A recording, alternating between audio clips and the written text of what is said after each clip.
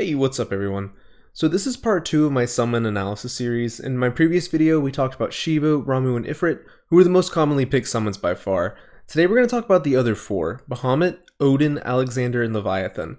Like I said in the last video, these 4 summons make up about 10% of the picks in matches currently, so hardly ever.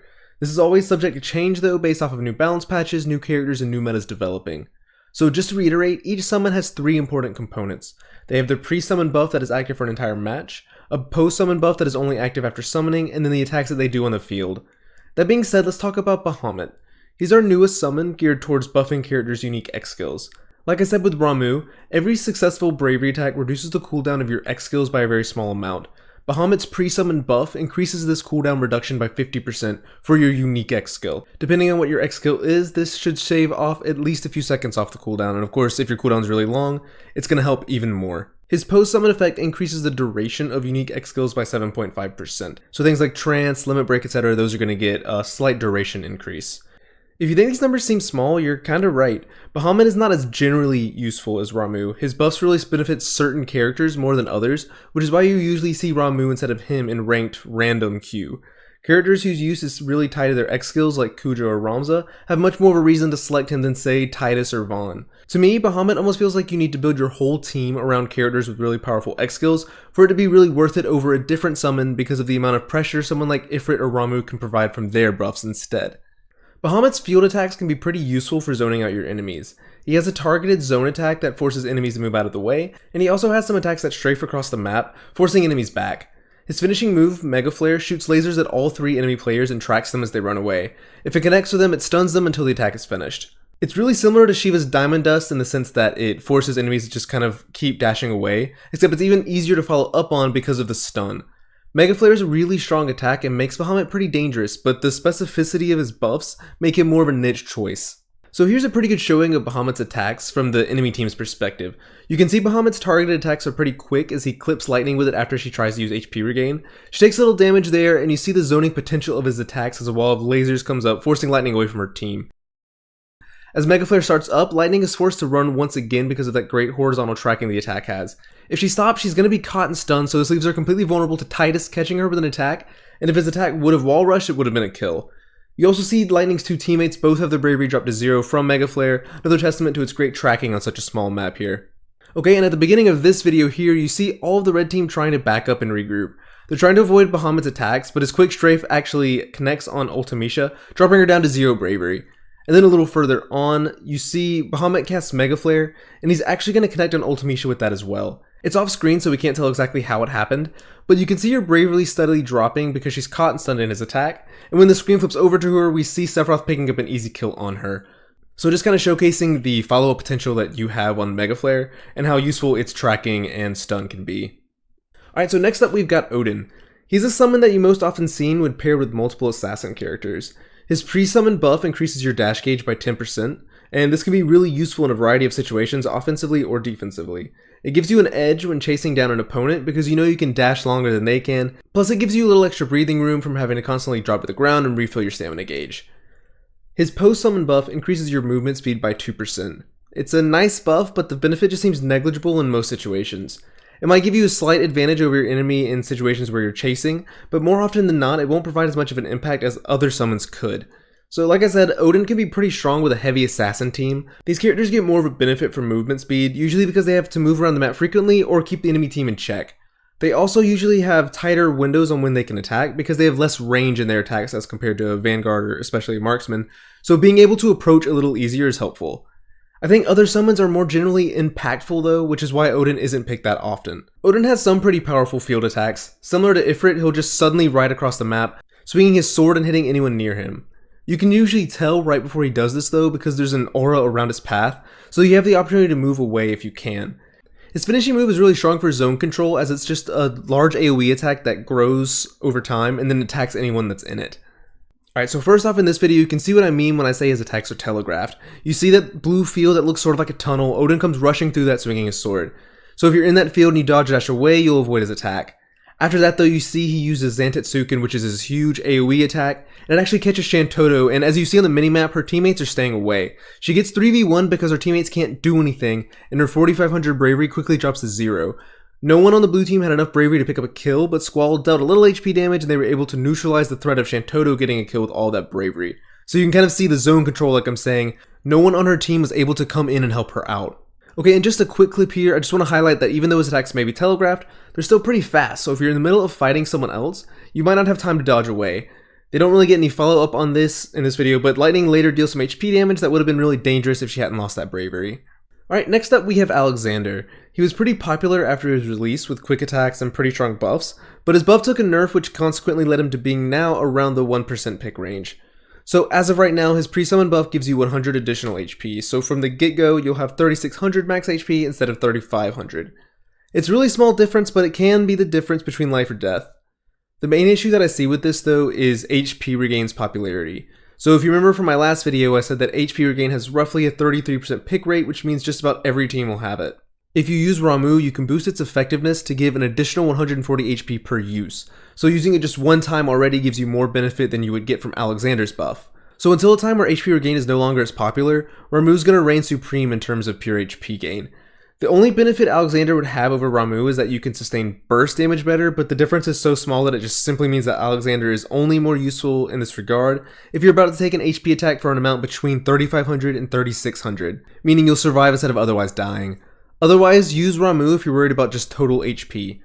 Alexander's post-summon buff increases your defense by 30%, which effectively reduces the bravery damage you take by 30%. So it's very similar to Ifrit's post-summon buff, who increases your bravery attack damage by 30%. With Ifrit, you're taking 30% more bravery away from whomever you hit, effectively reducing their ability to deal high HP damage in the same way that Alexander does by increasing your defense. When comparing the two, Alexander's effect is more of a passive one, basically saying if I am attacked myself more than I'm able to attack others, then I'll come out ahead as compared to using Ifrit. Ifrit is the other way around, saying if I am able to successfully attack others more than I'm able to attack myself, then I will come out ahead. So the use can vary based on your team composition, but using Alexander as opposed to Ifrit basically means you're trying to cover your potential losses instead of possibly accentuating your strengths. So the gist of Alexander's buff is if you're really worried about the aggression of the enemy team, he can be a strong defensive summon to help alleviate some of that pressure. You gain no other benefit from Alexander other than that though, whereas other summons offer some defensive benefits as well as a variety of other benefits. Ramuh gives more HP overall than Alexander does through HP regain, and he's not limited to just that. He'll also be able to boost your attack damage with Mighty Strikes and all the other X skills that you might want to use. Ifrit offers a very similar post-summon effect to Alexander, and Ifrit also gives you the ability to have a bigger impact if you play well and connect with several bravery attacks in a row. Alexander's a very passive defensive summon, and he's often overlooked because the meta simply doesn't benefit that right now. He has some pretty powerful field attacks, but his buffs just aren't that impactful when compared to other summons. Pretty much every summon has powerful field attacks in their own way, and it's not enough to justify picking Alexander most of the time. So in this clip, you see that Alexander's attacks are pretty quick, and they're fast enough to catch X-Death here. As it continues, you see the red team trying to defensively group up and stay away from the blue team. If they get caught by Alexander, it can easily lead into a follow-up. Zidane tries to move in on Argolbez, but Alexander's going to use his finisher Divine Judgment, which prevents Zidane's attack and quickly drops him to 0 bravery. So I spent hours trying to find clips of Alexander where he's both being used and actually had an impact on the map. This is really the only good one I could find, mostly because he's just hardly ever used. His attacks are great for dealing damage, but he doesn't really provide any lockdown, so you don't see a ton of follow-up after his attacks. Still, his field attacks are really dangerous and really require the enemy to watch out where they run.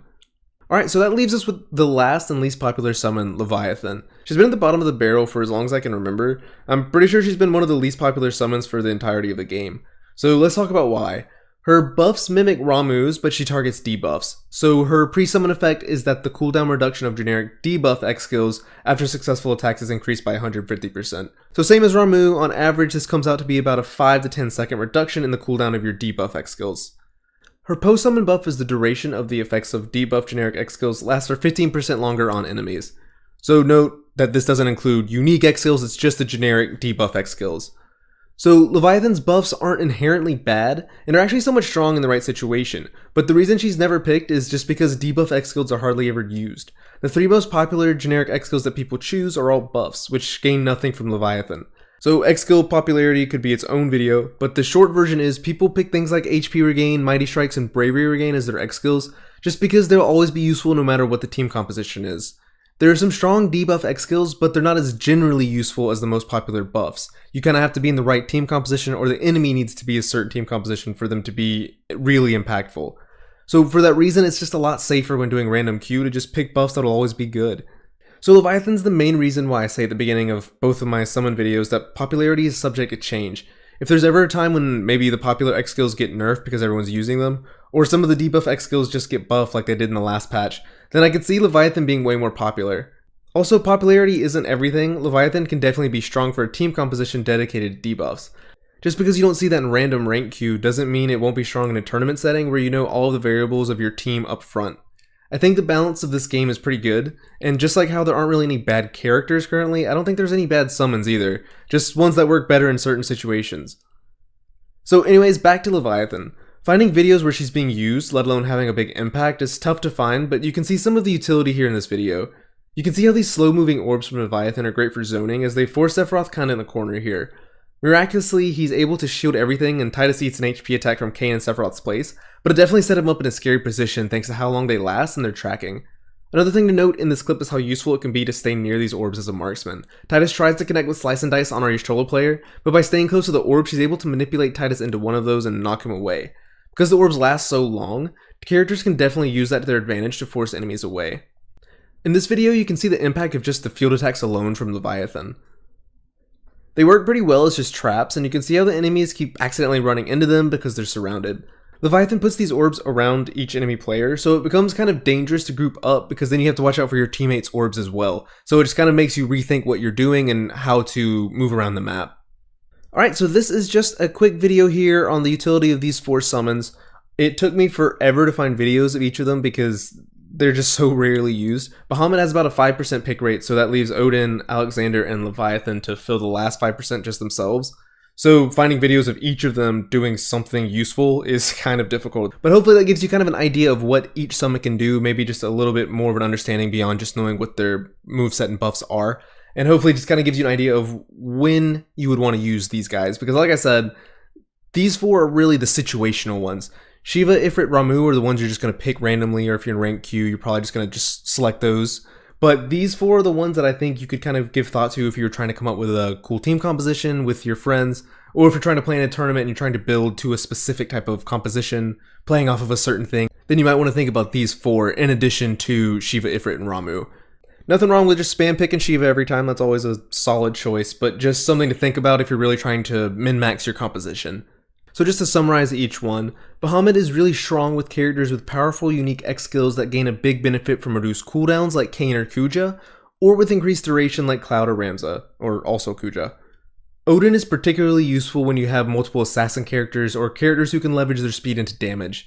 The increased stamina gauge in particular can be strong for bullying enemies and taking advantage of them as they come to the ground to regain their stamina. Alexander is most useful if you are really worried about the enemy team's aggression and want to play a more passive and defensive style. And Leviathan is great when your team's generic X skills are based around debuffs and would probably require a specific goal or mindset behind picking her to really get a lot of value out of her. So keep this all in mind when you're picking your summons later on down the line to get the most value out of your choice. Alright, so next week the plan is to finally do a character commentary on Cloud of Darkness, and then I'll follow up with Golbez unless something changes. Thanks everyone for watching, hope this was kind of informative, taught you a couple of things you might not have known about some of these lesser used summons, and I will see you guys next time. Have a good one!